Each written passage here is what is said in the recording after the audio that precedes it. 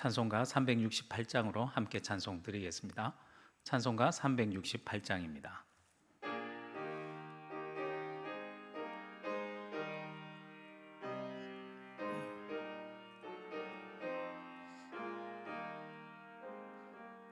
주 예수여 은혜를 내려주사 곧 충만케 하옵소서. 이주리고 목마른 나의 맘에 주 성령을 부으소서. 주 예수여 충만한 은혜 내 영혼에 부으소서. 주 예수만 나의 힘 되고 내 만족함 됩니다.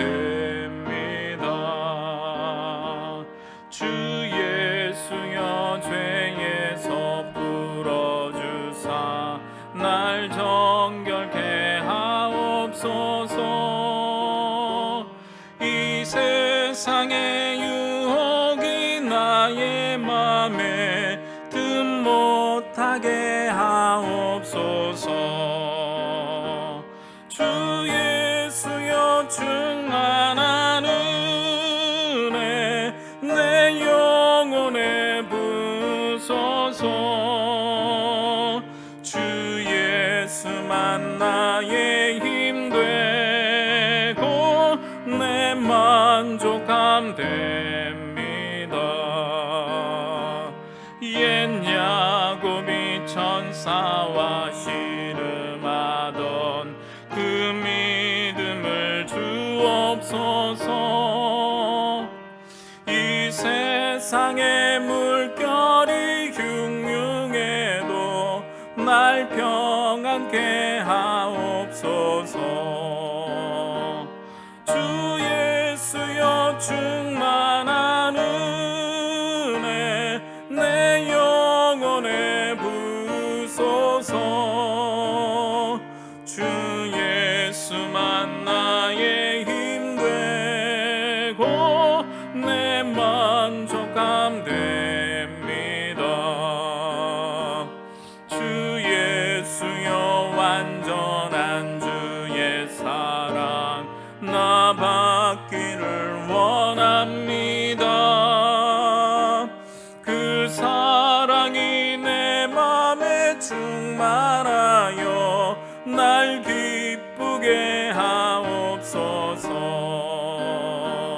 주 예수여 충만한 은혜 내 영혼에 부으소서. 주 예수만 나의 힘 되고 내 만족함 됩니다. 내 마음에 임하신 주의 성령 늘 계실 줄 믿습니다. 그는 살을 나에게 부어주사 주 섬기게 하옵소서. 주 예수여 충만한 은혜 내 영혼에 부으소서. 주 예수만 나의 힘 되고 내 만족함 됩니다. 아멘. 오늘 우리에게 주시는 하나님의 말씀은 시편 79편 말씀입니다. 시편 79편 1절에서 13절 말씀까지입니다. 구약성경 860페이지에 있습니다. 함께 보도록 하겠습니다. 하나님이여 이방 나라들이 주의 기업의 땅에 들어와서 주의 성전을 더럽히고 예루살렘이 돌무더기가 되게 하였나이다. 그들이 주의 종들의 시체를 공중의 새에게 밥으로 주의 성도들의 육체를 땅의 짐승에게 주며 그들의 피를 예루살렘 사방에 물같이 흘렸으나 그들을 매장하는 자가 없었나이다. 우리는 우리 이웃에게 비방거리가 되며 우리를 에워싼 자에게 조소와 조롱거리가 되었나이다. 여호와여, 어느 때까지니까? 영원히 노하시리이까? 주의 질투가 불붙듯 하시리이까? 주를 알지 아니하는 민족들과 주의 이름을 부르지 아니하는 나라들에게 주의 노를 쏟으소서. 그들이 야곱을 삼키고 그의 거처를 황폐하게 함이니이다. 우리 조상들의 죄악을 기억하지 마시고 주의 긍휼로 우리를 속히 영접하소서. 우리가 매우 가련하게 되었나이다. 우리 구원의 하나님이여, 주의 이름의 영광스러운 행사를 위하여 우리를 도우시며 주의 이름을 증거하기 위하여 우리를 건지시며 우리 죄를 사하소서. 이방 나라들이 어찌하여 그들의 하나님이 어디 있느냐 말하나이까? 주의 종들이 피 흘림에 대한 복수를 우리의 목전에서 이방 나라에게 보여주소서. 갇힌 자의 탄식을 주의 앞에 이르게 하시며 죽이기로 정해진 자도 주의 크신 능력을 따라 보존하소서. 주여, 우리 이웃이 주를 비방한 그 비방을 그들의 품에 7배나 갚으소서. 우리는 주의 백성이요 주의 목장의 양이니 우리는 영원히 주께 감사하며 주의 영예를 대대에 전하리이다. 아멘. 시편 79편의 말씀은 예루살렘 성전이 파괴되고 더럽혀지고 또 이스라엘 백성들의 입장에서 보면 그 모든 것들이 참담하고 가장 어두운 상황 속에서 공동체적으로 하나님을 찾으며 부르는 애가의 노래가 바로 시편 79편 말씀입니다. 오늘 본문을 단락별로 나누어 살펴보면 이렇게 나누어 볼 수 있습니다. 첫 번째로는 1절에서 4절 말씀까지 폐허가 된 예루살렘에 대한 탄식의 노래를 부르고요. 두 번째 부분에는 5절에서 12절 말씀까지인데 절망적인 그러한 상황 속에서 하나님께 부르짖는 탄원의 노래를 부릅니다. 마지막으로 13절에는 감사의 찬양으로 시편을 마쳐지게 되는데요. 먼저 단락별로 살펴보도록 하겠습니다. 첫 번째, 폐허가 된 예루살렘에 대한 탄식의 노래를 부르는데요. 이방 나라에 의해서 철저히 파괴된 예루살렘과 하나님의 성전이 파괴되고 더럽혀지고 짓밟혀진 현실 속에서 이 시인은 아주 피 끓는 심정으로 하나님을 찾습니다. 1절 말씀을 시작을 이렇게 하죠. 하나님이여, 이방 나라들이 주의 기업의 땅에 들어와서 주의 성전을 더럽히고 예루살렘이 돌무더기가 되게 하였나이다. 이 시편의 기자는 피가 끓는 심정으로 하나님이여 라고 부르짖으면서 하나님을 찾고 난 다음에는 하나님 앞에서 자신이 당한 일들을 마치 부모님께 고자질하듯이 구구절절 하나님 앞에 늘어놓습니다. 쟤네들이 주의 기업의 땅을 함부로 쳐들어와서는요 주의 성전을 막 더럽혔어요. 예루살렘 성도 모두 파괴하고 돌무더기가 되게 했어요 라며 막 일러바치기 시작하는 거죠. 2절 말씀 볼까요? 그들이 주의 종들의 시체를 공중의 새에게 밥으로 주의 성도들의 육체를 땅의 짐승에게 주며 합니다. 저들이 사람을 죽여서 새와 들짐승의 밥으로 주었다고 합니다. 고대 근동 지방에서 이 정복당한 이 사람들의 전쟁에서 정복당한 이 사람들의 시신을 매장하지 않고 그냥 내버려 두어서 부패된 채 이렇게 내버려 두는 것은 그날에 대한 치욕과 저주의 상징이었습니다. 지금 그러한 상황을 예루살렘 사람들이 겪었다라는 거죠. 3절 말씀에 보면 그들의 피를 예루살렘 사방에 물같이 흘렸으나 그들을 매장하는 자가 없었나이다. 지금 예루살렘 성전 안 곳곳에 사방에 시체가 버려져 있고 시체에서 흘러나온 그 피가 마치 물같이 흘러내리는 모습을 아주 시각적으로 잘 묘사하고 있습니다. 그러나 그 시체를 매장해 줄 사람이 아무도 없었습니다. 그야말로 예루살렘은 그냥 죽은 시체들만 가득한 아주 처참한 곳이 되어버렸다라는 한탄하는 내용이죠. 4절 말씀에 계속 보면 우리는 우리 이웃에게 비방거리가 되며 우리를 에워싼 자에게 조소와 조롱거리가 되었나이다 라고 말합니다. 폐허가 되고 시체가 산을 이룬 이 예루살렘의 상황만으로도 괴로운데 이 모습을 본 주변 이웃 나라들이 비방하고 조롱합니다. 이스라엘 주변 나라들이라면 에돔, 암몬, 모압, 그러한 주변 나라들이 이스라엘 사람들을 향해서 조롱하는 것이죠. 하나님의 택함 받았다고 하는 거룩한 성 이 예루살렘이, 평화의, 이름적으로 보면 평화의 성이라고 불려지는 이 예루살렘이 하나님의 심판을 받아서 처참하고 철저하게 파괴되고 그 무너진 모습을 조롱하고 비방하는 아주 처참한 상황 속에서 이 시편 기자는 더 이상 참지 못하고 5절 말씀부터는요, 하나님께 이렇게 탄원의 내용을 쏟아내기 시작합니다. 두 번째 부분은 절망적인 상황 속에서 부르짖는 탄원의 노래인데요, 5절 말씀에 이렇게 부르짖습니다. 여호와여, 어느 때까지니까? 영원히 노하시리까? 주의 질투가 불붙듯 하시리까? 하나님께 질문을 막 쏟아내고 있죠. 하나님, 어느 때까지입니까? 영원히 우리를 향해서 노하시렵니까? 저희들이 하나님을 떠나 좀 이방 신들에게 잠깐 눈을 돌렸다고 우리를 향한 그 질투의 불을 언제까지 그렇게 막강하게 태우실 겁니까? 이렇듯 마치 하나님께 따지듯이 불경스러울 정도로 쏟아내고 있죠. 그런데 가만히 생각해 보면 우리도 그렇지 않습니까? 내가 너무 힘든 상황에 빠지게 되면 그때는 이 힘든 상황을 겪게 하시는 하나님이 원망스럽죠. 마치 하나님께서 따지듯이 왜 이러냐고, 왜 이런 일을 겪게 하시냐고 따지듯이 기도할 때가 우리가 많지 않습니까? 지금 이 시편의 기자도 그러한 것 같습니다. 그러고는 내가 당하는 이 힘든 일들이 겪어야 할 대상이 내가 아니라 오히려 하나님을 믿지 않는 저들이 아니냐고, 하나님의 그 심판의 대상이 우리가 아니라 저들이 되어야 되지 않겠냐고 6절에 이렇게 단언합니다. 6절 말씀에 보면 주를 알지 아니하는 민족들과 주의 이름을 부르지 아니하는 나라들에게 주의 노를 쏟으소서.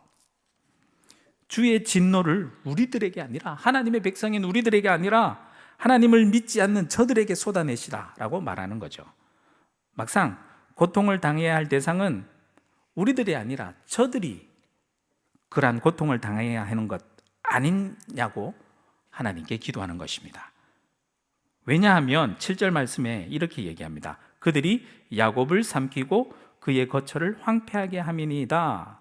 7절 히브리 원어를 보면 히브리어로 시작할 때 키라고 시작하는데요, 이 키는 왜냐하면이란 뜻이 있습니다. 즉 왜냐하면 저들에게 하나님의 노를 쏟아야 하는 이유가 뭐냐면, 저들이 고통을 당해야 하는 마땅한 이유가 그들이 하나님의 기업을 삼켜버렸고 황폐하게 하나님의 성전도 무너뜨렸기 때문에 그러해야 된다라는 것이죠.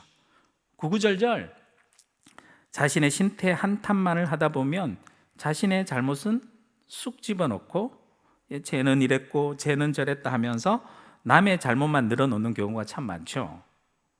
제가 저렇게 잘못해서 내가 이렇게 되었으니까 저 사람을 벌해주세요, 이렇게 우리는 기도할 때 많지 않습니까? 그런데 가만히 생각해 보십시오.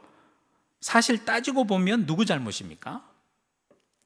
다 내가 잘못했고 나의 잘못 때문에 발생한 문제로 남에게 내가 피해를 입고 고통당하는 경우가 아마 대부분입니다. 그런데 항상 우리는요, 하나님 앞에 불평불만 기도할 때 나의 문제는, 나의 잘못은 쏙 빼놓고 남을 탓하면서 남에게 그 책임을 떠넘기기가 십상이죠. 그런데 문제가 심각한 것은 우리가 하나님 앞에 기도할 때도 그렇게 하는 사람들이 참 많다라는 것입니다. 하지만 오늘 시편의 기자는요, 그렇게 기도하지 않습니다. 8절 말씀 보실까요? 우리 조상들의 죄악을 기억하지 마시고 주의 긍휼로 우리를 속히 영접하소서. 우리가 매우 가련하게 되었나이다.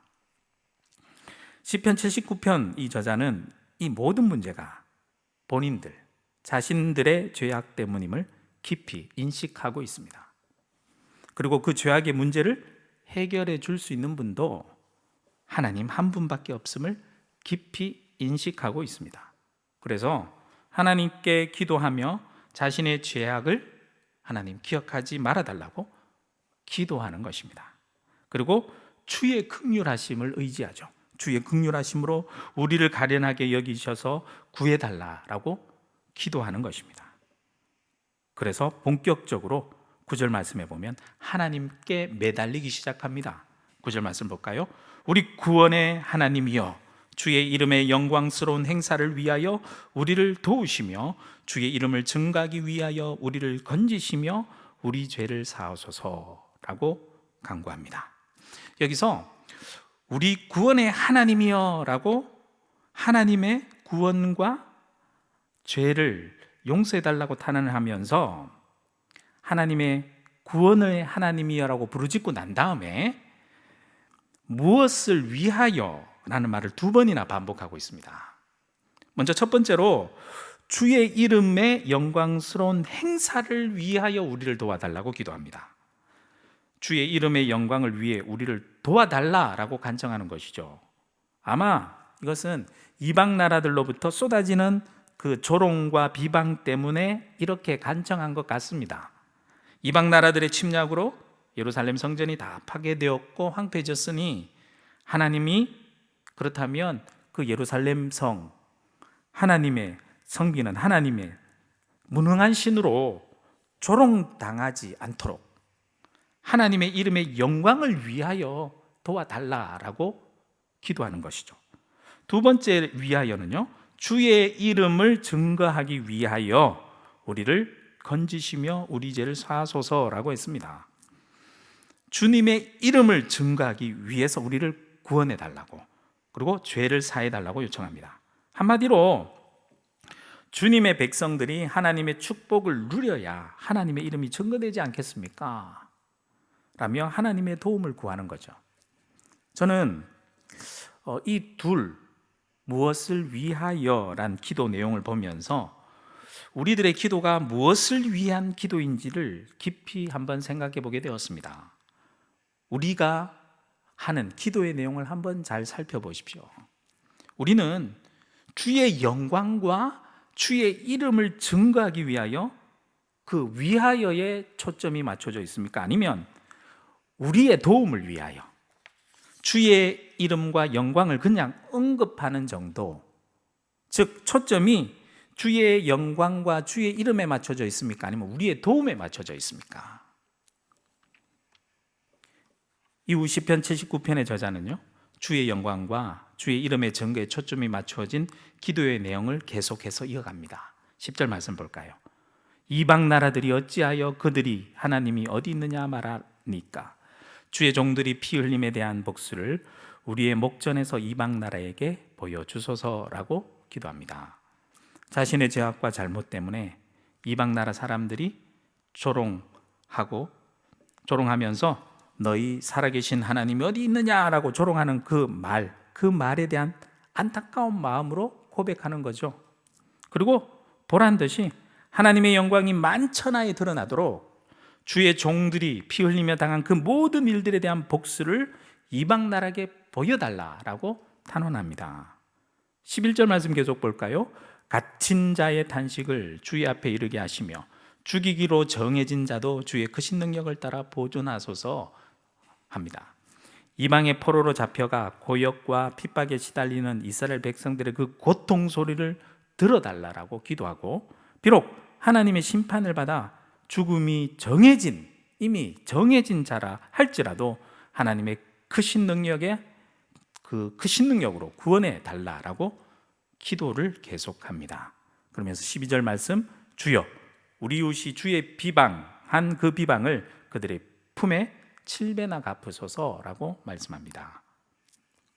자신을 괴롭힌 이방 나라들에 대한 미운 감정은 어쩔 수 없나 봅니다. 그 감정 그대로 이 시편 저자는 숨기지 않습니다. 하나님께 그대로 드러냅니다. 우리가 당한 그대로 그들에게 7배나 갚아달라고 말입니다. 그런데 하지만 여기서 단순히 개인적인 감정만 드러내었다라고 보면 안 됩니다. 저자는 자신이 당한 만큼이라고 말하지 않고 어떻게 표현하고 있습니까? 우리 이웃이 주를 비방한 그 비방을 그들의 품에 7배나 갚으소서라고 했습니다. 자신의 잘못으로 당한 모든 일들은 자신의 죄 때문에 받는 하나님의 심판으로 당연한 것이지만, 그래서 자신이 당한 일에 대해서는 언급하지 않고요, 대신 아무런 잘못도 없이 하나님께서 나로 말미암아, 나의 잘못으로 말미암아 당한 그 비방에 대해서는 철저하게 갚아달라라고 기도하는 것이죠. 그러면서 세 번째, 마지막 감사의 찬양을 13절 말씀이 하는데요, 분위기가 완전히 다릅니다. 마지막으로 시인은 참혹한 절망의 현장에서 절망감에 사로잡혔든지 또 대정을 향한 원망과 복수심에 사로잡혀서 저주와 원망과 한탄의 말을 쏟아내는 것으로 자신의 시편, 이 기도를 끝내지 않습니다. 자신의 참혹한 현실에서 절망 한가운데서 눈을 들어서 하나님을 향해 오히려 감사의 찬양으로 이 시를 마칩니다. 13절 말씀 볼까요? 우리는 주의 백성이요 주의 목장의 양이니 우리는 영원히 주께 감사하며 주의 영예를 대대에 전하리이다. 아멘. 시인은 현재 자신들이 처하게 된 이 모든 상황들이 자신들의 죄 때문에, 자신들의 죄로 인한 하나님의 심판이라는 것을 분명하게 인식하고 있습니다. 그렇다고 그는 이토록 처참한 일을 겪게 하시는 하나님을 원망하거나 버린다거나 떠나지 않았습니다. 오히려 그러한 때일수록 더욱더 하나님의 긍휼하심을 구하고 더 간절하게 하나님께 구원해달라고, 구해달라고, 도와달라고 기도하면서 매달렸습니다. 어떻게 그럴 수 있었을까요? 마지막 13절에 나온 시인은 자신이 누구인지 자신의 정체성이 분명했기 때문인 것 같습니다. 그 정체성이 무엇입니까? 13절 말씀 앞부분을 보시면 우리는 주의 백성이요 주의 목장의 양이니 라고 고백합니다.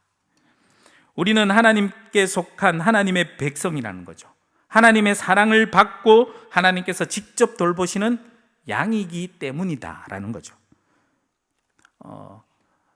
양은 자기 마음대로 갈 길을 가다가는 길을 잃어버리기 십상입니다. 그리고 잘못된 길로 빠져서는 넘어져서 다칠 수도 있습니다. 하지만 그때에 주인을 찾아 매라고 부르짖게 되면 그 음성을 곧 목자 되시는 하나님은 바로 알아들으시고 나를 구원해 주시기 위해서 바로 나를 향해 달려오실 것입니다. 시인은 바로 그것을 굳게 믿고 있는 거죠. 그래서 절망 한가운데 빠졌다 하더라도 처참한 상황 한가운데서도 그는 마지막에 이렇게 감사의 찬양을 할 수 있었던 거죠. 뭐라고 찬양합니까? 우리는 영원히 주께 감사하며 주의 영예를 대대에 전하리이다. 코로나로 처참했던 오랜 상황 속에서 혹시 여러분은 우리의 정체성, 그 정체성을 잊어버리지는 않았는지 모르겠습니다.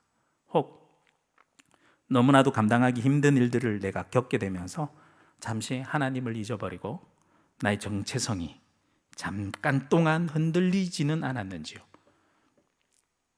우리가 어떠한 일을 겪고 어떠한 상황 속에 처진다 하더라도 절대로 우리의 정체성을 잊어버리면 안 됩니다. 우리는 하나님의 백성입니다. 우리는 하나님이 친히 기르시는 양이라는 정체성 말입니다. 이제 코로나 상황도 어느 정도 이제 마무리되어 가는 것 같습니다. 오늘 시편 말씀을 오늘 하루 동안 깊이 묵상하시면서 어떠한 상황 속에서도 우리의 정체성이 무엇이다라는 것을 분명히 하고 영원한 하나님께 감사하며 하나님의 영광과 이름을 드러내며 살아가시는 저와 여러분들의 삶이 되길 주님의 이름으로 축복합니다. 함께 기도드리겠습니다. 우리를 하나님의 백성으로 삼아주시고 우리를 친히 길러주시는 하나님을 찬양합니다. 우리의 죄악으로 비롯된 실패와 절망의 상황 속에서 우리의 정체성을 잊어버리지 않게 도와주옵소서. 그러한 상황 속에서 우리의 죄악을 속히 깨닫고 주님께로 돌이키게 하시고 주의 긍휼하심을 의지하여 더욱 기도하며 우리를 구원해 주시는 하나님을 더욱 바라보는 저희들이 되게 하여 주옵소서. 시인의 마지막 고백처럼 어떠한 상황 속에서도 우리가 주님의 백성이고 주의 기르시는 양임을 잊어버리지 않고 영원토록 감사하며 주님을 찬양하는 삶을 살아갈 수 있도록 도와주시옵소서. 코로나 상황이 이제 마무리되어 가는 것 같습니다.